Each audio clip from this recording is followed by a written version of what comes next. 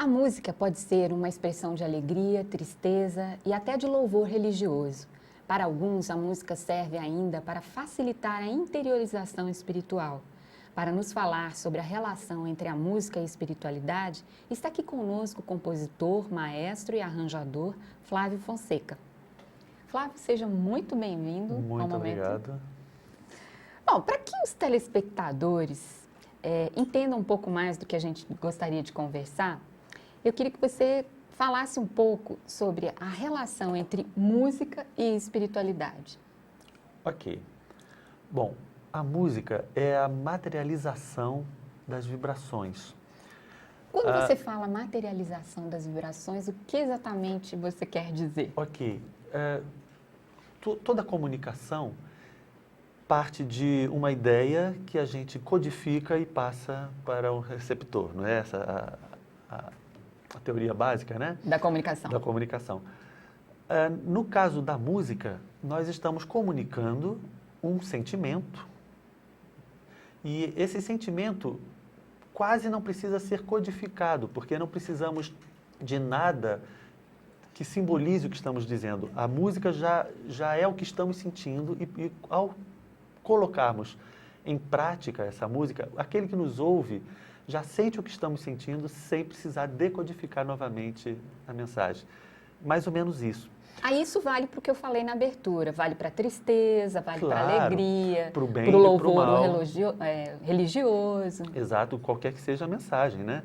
E isso é interessante notarmos que independe totalmente da letra da música. A letra, na verdade, não é nenhum elemento da música, é um elemento da poesia, da literatura, que se toma emprestado para encaixar na música. Mas a música, por si só, já tem esse poder de influenciar o estado de espírito das pessoas. Interessante. E qual seria a diferença básica entre a música comercial, essa que toca nas rádios, que a gente compra os CDs, sempre que a gente compra música religiosa também, e a música feita num caráter mais espiritual? Bom, a música chamada comercial é aquela música que ou é feita para vender ou vende-se com facilidade. A música de caráter espiritual é aquela que tem a preocupação do compositor, do intérprete, de quem está colocando para tocar num programa, a preocupação de levar algo bom, algo elevado, algo que colabore na reforma íntima ou, enfim, do ouvinte. Então, eu acho que fazer uma comparação entre as duas é até difícil, porque nada impede que essa música espiritual seja comercial também. Nada impede que a música comercial tenha uma mensagem espiritual. E isso, inclusive, é uma coisa que tem sido muito discutida pelos artistas espíritas do Brasil, que estão começando a descobrir agora essa estrada, esse novo caminho para seguir, como outras religiões já fizeram. Poderíamos citar a música gospel, que é um império comercial, né? A música católica está muito mais avançada do que a espírita, e a espírita agora está descobrindo esse caminho, de que a coisa pode ser feita em caráter profissional e caráter de qualidade para competir, digamos assim, com a música de outras religiões ou a não religiosa, e que para isso é necessário atingir a qualidade maior, buscar mais profissionalismo na produção, na composição, na gravação, material de gráfico, iluminação do show, enfim, todos esses aspectos. Pensando sobre a sua resposta anterior, Flávio, em que você fala sobre como é que é a música, como é que se faz a produção musical, você quando produz a sua música de atividade profissional ou a música para o movimento espírita, há uma diferença no processo criativo? Ok.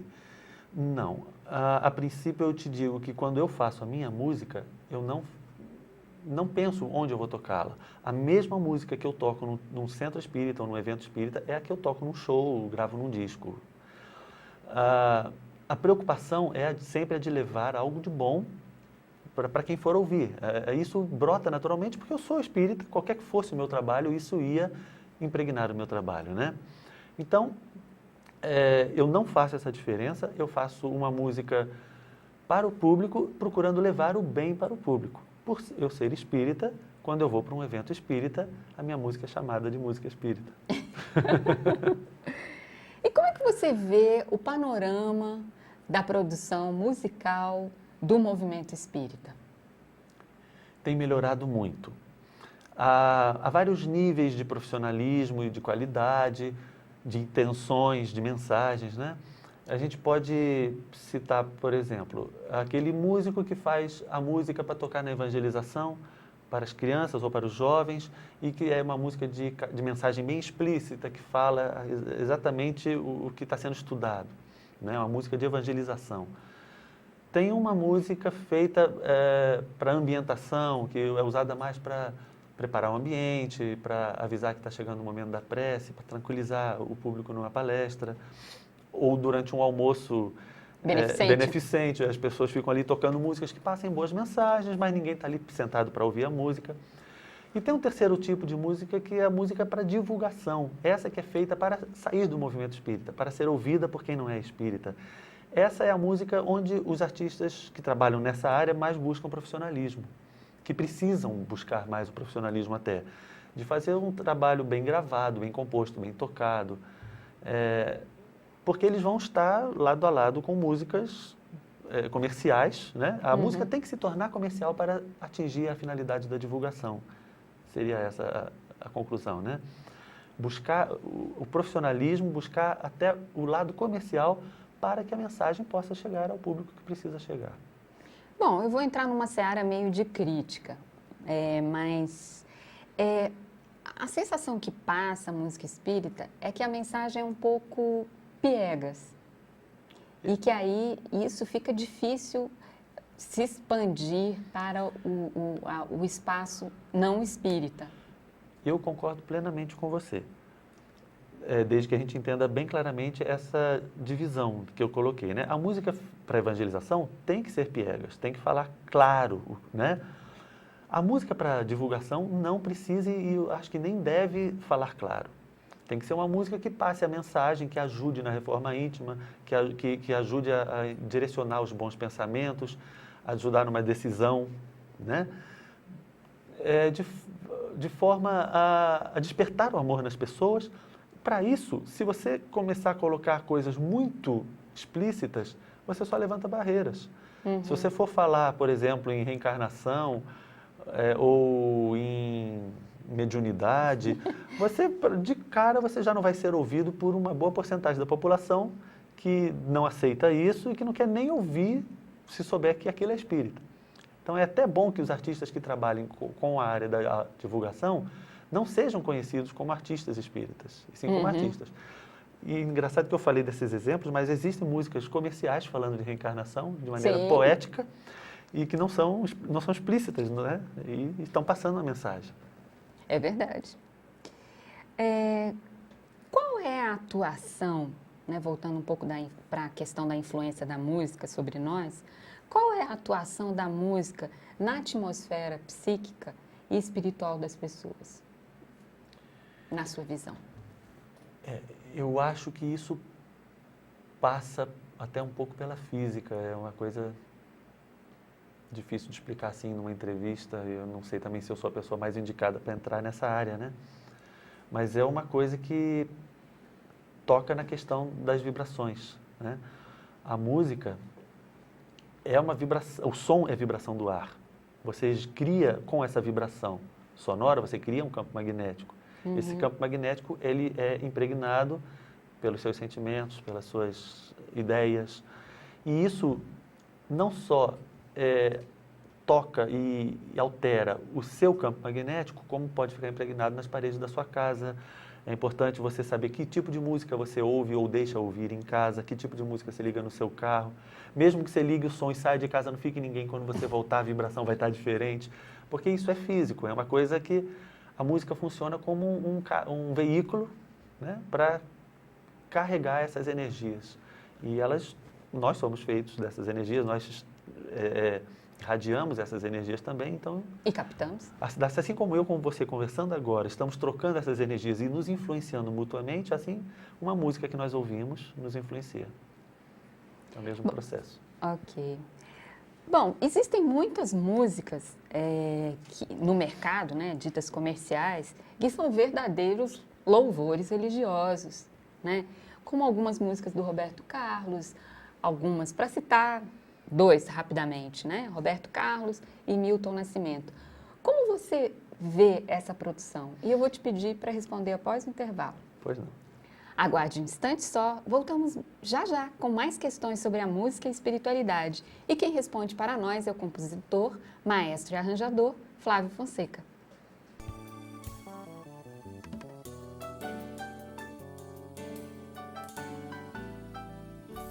A Fratelli, divulgadora cultural e educativa, vem propor a você uma visão holística da vida, o equilíbrio entre corpo, mente e espírito, a harmonia entre ciência e religião.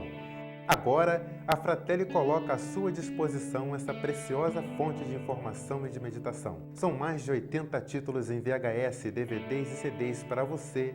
Para adquirir nossos produtos, escreva para o nosso endereço contato@fratelliespiritualista.org.br.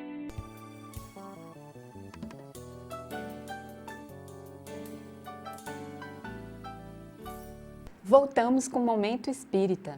Nós estamos conversando com o compositor, maestro e arranjador Flávio Fonseca sobre música e espiritualidade.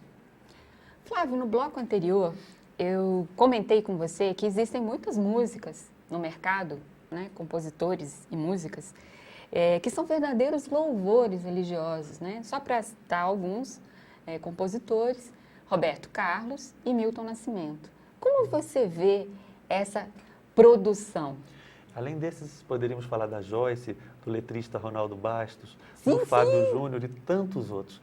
Como eu também falei no bloco anterior, a música comercial pode ser espiritualizada e a música espiritualizada pode e até deve se tornar comercial para atingir o grande público, né? Eu acho que isso já vem sendo feito.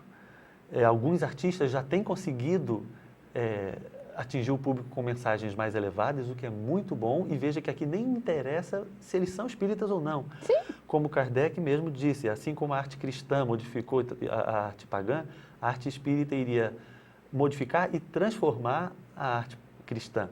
É o que está acontecendo. Vai chegar um momento em que toda a música do mundo vai ser espiritualizada e já não vamos mais diferenciar quem é espírita e quem não é espírita, porque já não vai ter mais essa importância. Eu acho que é um processo muito lento, mas que já está em andamento, de espiritualização da arte. Isso não é só no Brasil, é no mundo todo. E os espíritas têm um papel muito importante, porque os espíritas já têm o conhecimento necessário para agir nessa transformação conscientemente. Eles precisam se animarem.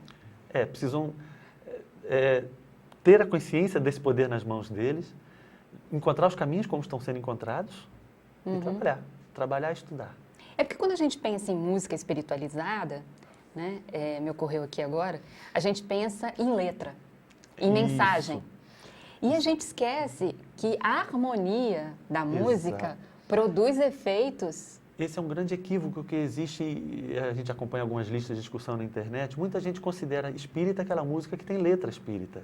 E como falávamos, a letra é da poesia, da literatura, não é da música, é um elemento emprestado. A música por si só já é capaz de influenciar as pessoas, de gerar esse efeito transformador, né? Vemos isso na música instrumental também. Quantas músicas que podem influenciar para o bem ou que podem comunicar mensagens, que podem despertar uma curiosidade de buscar um livro, desde de coisas simples, como o título de uma música, né? Um chorinho da reencarnação. É uma música, eu inventei agora, mas seria uma música que já ia fazer a pessoa pensar. Especialmente se não tivesse letra. Exatamente, do que estamos falando. Uma coisa que vai despertar curiosidade. Imagina uma música, uma sinfonia, sei lá, uma suíte, que cada peça tivesse um nome assim, Nosso Lar, Missionários da Luz. Que é a literatura, uma da literatura nomes principal, de livros, né? ditados por André Luiz. Acabei de dar uma ideia para um compositor que nos ouvir, que quiser fazer uma suíte em cima dos livros de André Luiz. Não é uma música espírita? Sim. Não, dependendo da emoção que for impregnada naquela música, da espiritualidade mesmo que foi impregnada naquela música, não será uma música que estará fazendo o bem? Prescinde totalmente da letra. Ok. Flávio, eu queria abordar uma outra questão no âmbito da música religiosa. A não ser a música erudita, né, do segmento sacro, né, que tem uma riqueza e uma sofisticação musical, harmônica muito grande, normalmente a música dita religiosa tem harmonias pobres e pouca sofisticação musical. O que Olha, você comentaria sobre isso? Tem um monte de respostas para a sua pergunta. Pode escolher qualquer uma. Vou tentar dar todas, na medida do possível. Isso é um preconceito que está no ar, que as pessoas sem querer absorvem, né? É o mesmo preconceito que existe entre música popular e música erudita, uma separação nascida na época do Brasil colônia e que não faz muito sentido hoje em dia. Tem muita música popular com muita sofisticação e tem muita música feita para orquestra ou chamada de música erudita e que também é pobre. É pobre, fica nos 2, 3 acordes o tempo todo e faz os mesmos contrapontos que Bach já fazia. Mas a espiritualidade também não depende da sofisticação da música, ela pode ser passada por uma música simples, né?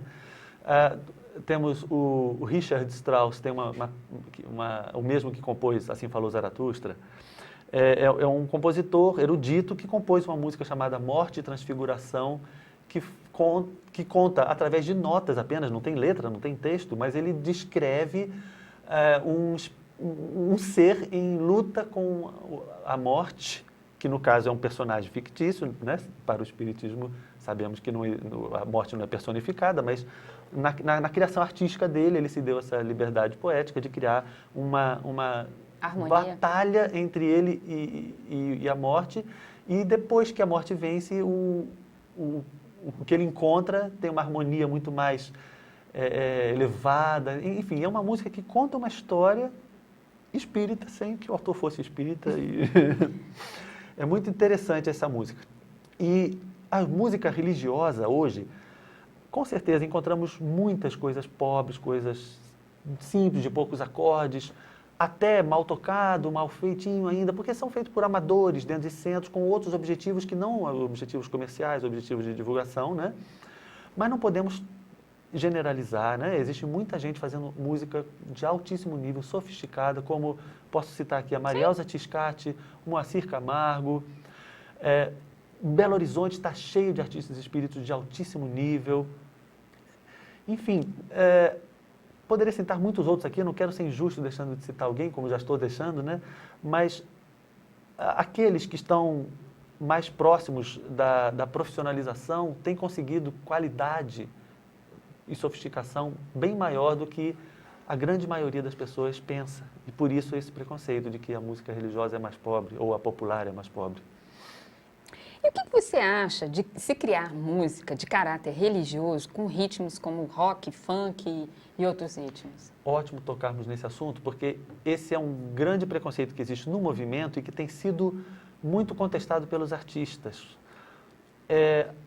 A minha opinião e a opinião da maioria dos músicos espíritos é de que não tem nada demais. Os instrumentos, quaisquer que sejam, podem levar bons ou maus sentimentos, boas ou más mensagens, dependendo do compositor, do intérprete, do momento em que a pessoa está ouvindo. Eu vou dar um exemplo típico, que eu sempre menciono quando conversamos sobre isso, é que em Goiânia tem um grupo de heavy metal espírita. Eles fazem shows no teatro de Goiânia, para o público geral, e passam mensagens espíritas. Mesmo? Letra espírita mesmo? As letras são espíritas. Aí você me diria, então a música é por causa da letra, que é espírita. Tá, tudo bem, eu concordo que eu não colocaria uma música dessa para um momento de prece, e eu acho que ninguém deve colocar. Mas médiuns que estiveram presentes em shows que eles deram no teatro, trouxeram o testemunho, relatos, de que espíritos que estavam perambulando pela rua, fora do teatro, perdidos, sem destino, ouviram aquilo, se interessaram, porque gostavam, entraram, se interessaram, se envolveram e ali foram encaminhados, atendidos pela espiritualidade superior e encaminhados para... Olha que função interessante. Não é um trabalho... E depois eu conversei com um dos músicos, ele me falou, eu não gosto de heavy metal, esse é o meu trabalho, essa é a minha missão no meu espiritismo. Ó, me arrepiei só de falar isso. Então, eu acho que, por que não? Tem tudo a ver. É lógico que, como diz Kardec, com bom senso. Para tudo, Kardec nos ensinou a ter bom senso. Não vamos tocar heavy metal para prece, não vamos colocar uma bateria no salão da prece, da palestra. Mas se nós estamos num evento espírita de jovens, como a Concafras faz, coloca grupos que vão tocar pop, vão tocar rock, vão estar dando um maior gás para aquela juventude estudar o espiritismo. Ok. Bom, outra questão para polemizar. O que se adequa mais ao momento espiritual? As músicas instrumentais ou as músicas com letras? Ao momento espiritual, isso é muito relativo, né? Como eu falei, a questão do bom senso, tudo no lugar certo, na hora certa, do jeito certo, né? Existe música espírita para todos os momentos, para todas as atividades de uma casa espírita, para todas as atividades pessoais de uma pessoa espírita, né? Se você vai colocar uma música para seu momento de prece, seu momento de reflexão, meditação, você vai procurar uma música sem letra, tranquila, de velocidade lenta, volume baixo, porque essas músicas vão favorecer a tranquilidade, a concentração, a sua sintonia com o mais alto. Se você vai, por exemplo, reunir com o grupo que vai sair para fazer a campanha do Quilo ou campanha Alta de Souza, em cada centro chama de um jeito. O pessoal faz uma prece e muitos centros cantam antes de sair para o trabalho. Mas que música eles cantam? Cantam uma música animada, cantam uma música que fala da disposição, da energia, do trabalho. E isso mobiliza. Mobiliza. E é desse tipo de música que você precisa ali naquele momento. Se você vai, como esse exemplo que eu citei há pouco, querer arrebanhar espíritos para levá-los para o bem, ou arrebanhar jovens encarnados mesmo para encaminhá-los, vai tocar música da linguagem deles, vai tocar músicas barulhentas, com letra. Aí percussão. Sim, precisa ter uma letra que a pessoa vai entender primeiro, ainda mais porque muitos desses estilos de música, a música é quase sempre o mesmo tipo de coisa, o mesmo tipo de acorde, o mesmo tipo de construção melódica, né? Ali a letra está tendo um valor mais importante. E há muitas outras funções possíveis com resultados diferentes que eu poderia citar. A música para o teatro espírita, que pode ser instrumental, pode ser com letra, depende da cena, depende da peça. Há tantas aplicações possíveis. Eu diria que todo e qualquer tipo de música deve ser feita, porque há um lugar para ela no movimento espírita. Flávio, nosso momento espírita já vai se encerrando. Eu queria que você deixasse uma mensagem para os nossos telespectadores sobre a música e a espiritualidade. Ok. Bom, se você é músico, profissional ou não, iniciante ou experiente, e quer usar a música como um trabalho espírita, busque duas coisas: amar e se instruir.